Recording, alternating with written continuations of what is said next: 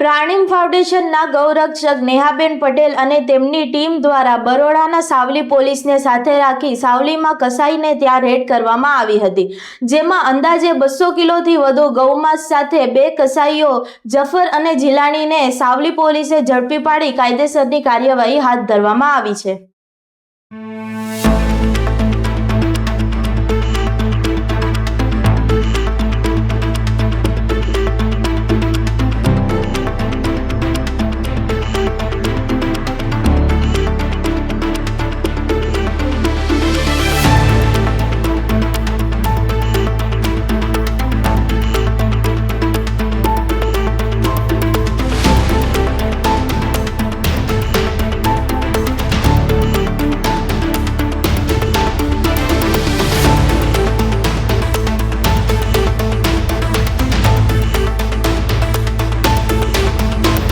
પટેલ એસપીસીએ વડોદરા જિલ્લા મંત્રીની જવાબદારી છે ને પ્રાણીમ ફાઉન્ડેશન. રાત્રે મને ઇન્ફોર્મેશન હતી કે ગૌમાંસ આવવાનું છે અહીંયા આગળ, તો મેં પોલીસ ઇન્સ્પેક્ટર શ્રી કરણસિંહ ચૌહાણ સાહેબને મેં કોન્ટેક્ટ કર્યો અને રાત્રે 1 વાગે એમને મારો કોલ પણ રિસીવ કર્યો. મોદી સાહેબ હતા, એમના બંદોબસ્તમાં હતા, થાક્યા હતા, તો પણ સાહેબે ફોન પાડ્યો અને એમને કીધું અમારી ટીમ આવી જશે, તમને જે મદદ જોઈએ તે મળશે.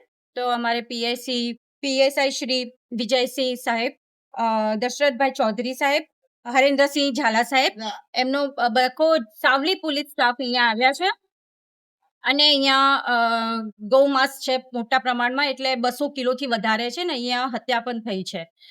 તો એવી રીતે 2 આરોપી પકડાયા છે, એકનું નામ છે ઝફર ને એકનું જીલાની છે અને બીજા અમુક ભાગી ગયા પોલીસને જોઈને, જેથી અને હવે ઇન્વેસ્ટિગેશનમાં આવશે કે કોને ગાય એને આપી હતી.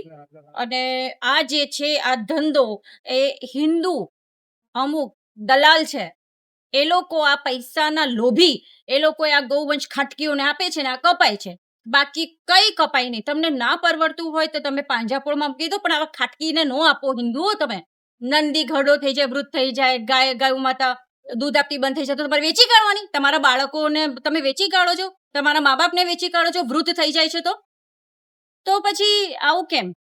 એટલે આજે બહુ સરસ કામગીરી થઈ છે. આઈ thank Savli police station police officers, અને એવી રીતે આજ ખૂબ સહકાર મળ્યો છે. અને હવે FSL આવશે.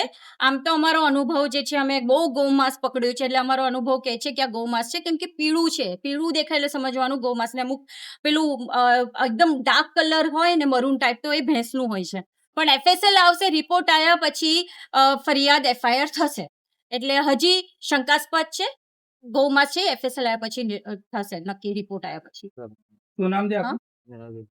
હા, અને બીજું કે અહીંયા જે અમે શોકિંગ, અહીંયા ઘરાક જે છે હિન્દુઓ આવ્યા છે લેવા માટે.